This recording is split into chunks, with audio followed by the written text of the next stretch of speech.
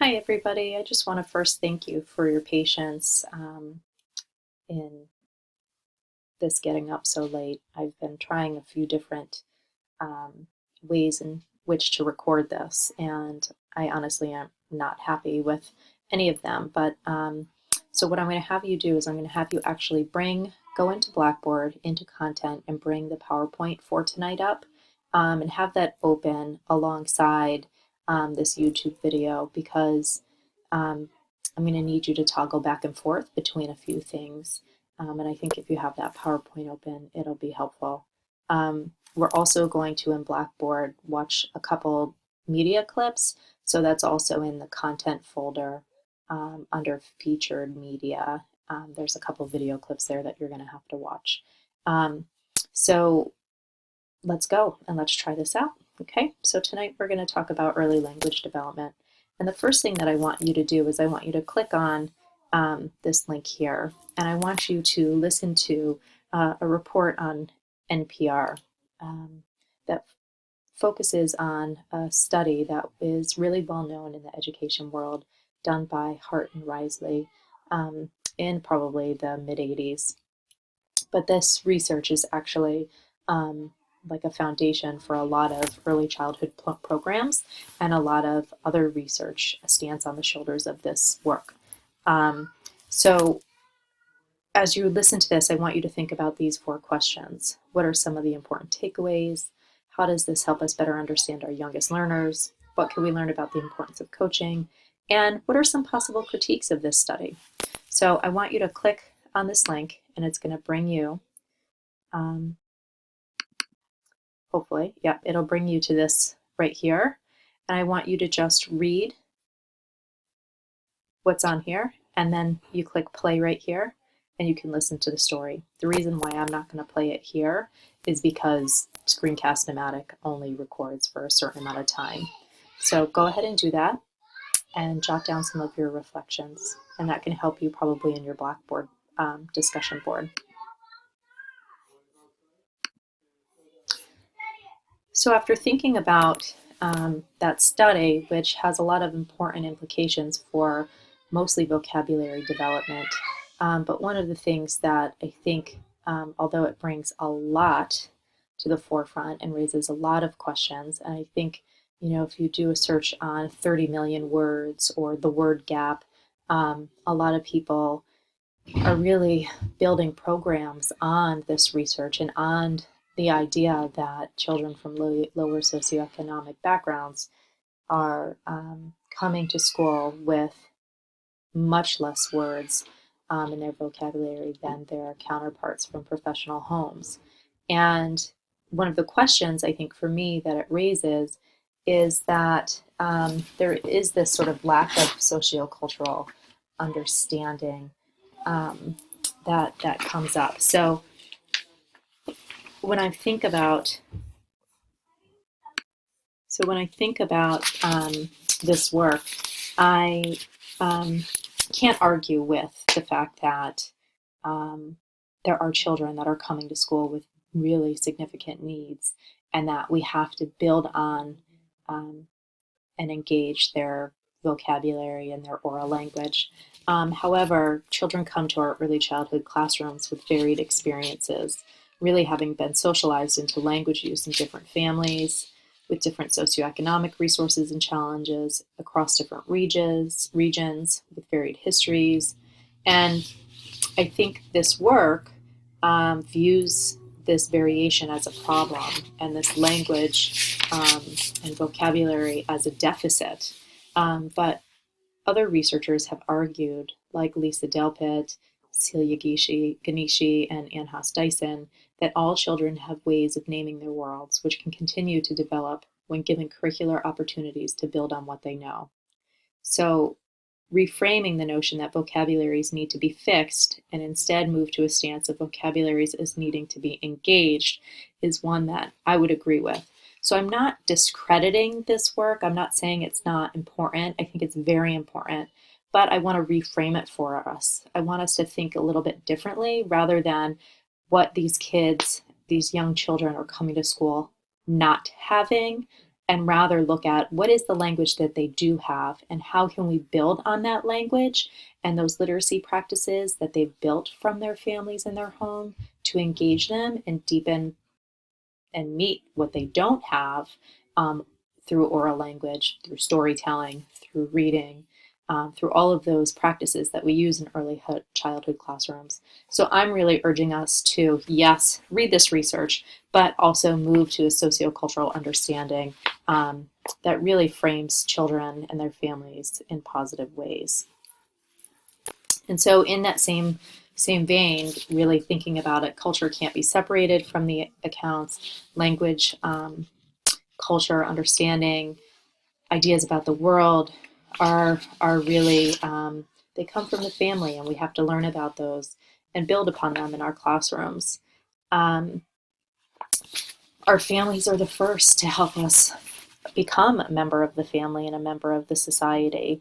And it really, happens first in the family, and we have to recognize those differences, and then we have to teach very explicitly what it means to be a member in our classroom, and engage children in language curriculum that really helps them to understand and know that their language is going to shift and be different in different contexts. How I speak to my family is very different than how I speak to you all, is very different than how I speak to my friends when I'm out on a Friday night.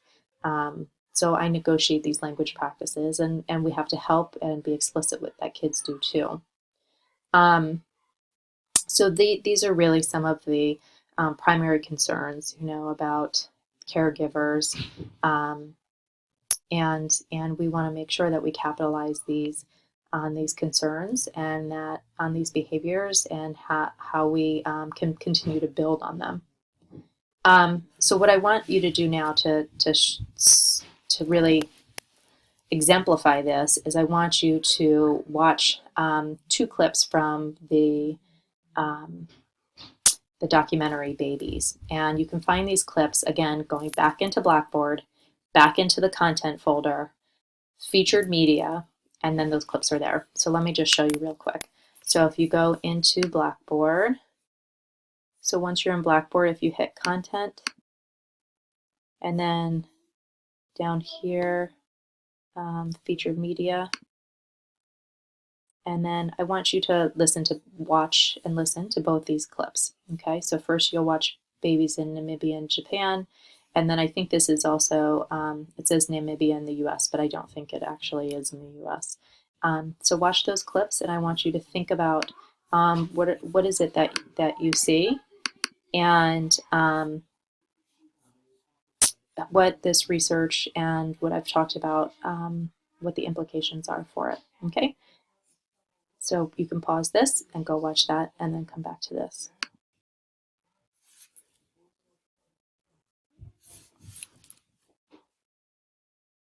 So when we think about, so what does this mean for the classroom, right?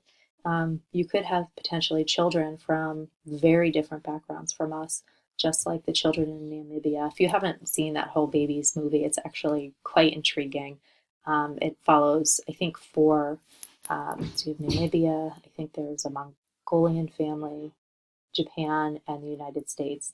And it's so intriguing to see the differences in this first year of life across different cultures. So for me, when I think about having children from these various backgrounds in my classroom, I want to first convince students that their lives are welcome in my classroom. I want to learn about who they are. I want to capitalize on who their families are, what their family experiences are. And a lot of young schools, in a lot of early childhood schools, they do home visits, and I think those are really powerful. But if you can't do those home visits, taking the time and learning about the families is really important. And invite students to really think about their lived experiences and how it fits within the official literacy curriculum, and look for opportunities to gain knowledge of their lives outside of school. So anytime you can visit them playing basketball, or you can see them during recess, or before or after school, that really gives a lens into their lives in ways that we wouldn't be able to capture in our classrooms.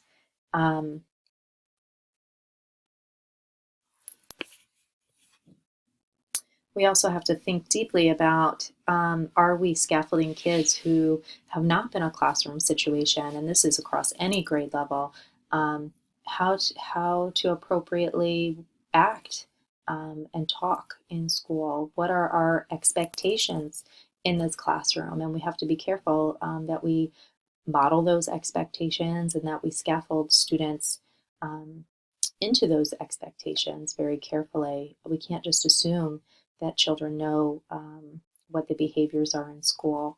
And so we have to be very careful and intentional in our teaching around that. We also want to think carefully about what words mean. So when we think about certain words like star, a star could be a bright object in the night sky, or it could mean a celebrity, right? The word coffee, right? Just the word coffee, we could have, if I say, get me the coffee, I could be asking you for a cup of liquid coffee. I could be asking you for coffee beans in a can. I could be asking you for coffee grinds.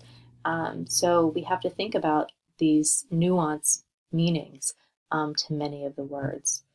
We also want to think about how we can teach kids to make new words. So from the word friend, right? What other words can we make based off that base word friends? Base word friend, singular. We could make friends. We could make friendly, unfriendly, right? Then we have to think about how to put words together. Peg walked to the new store rather than Peg walk store new, right? So the English language has specific syntax. Words go in a specific order, both orally and written, and we have to teach syntax very specifically.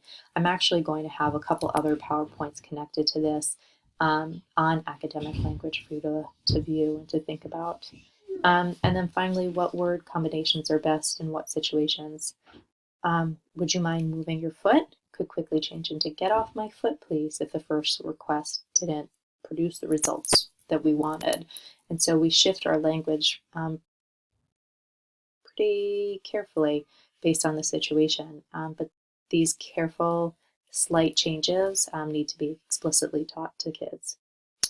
So I want you to take a few minutes now to just look at this child development chart. So again, you're going to have to go on your own PowerPoint and probably zoom in. And it really looks at how there's social development, self-help, but in this final row right here is language and how language develops over time.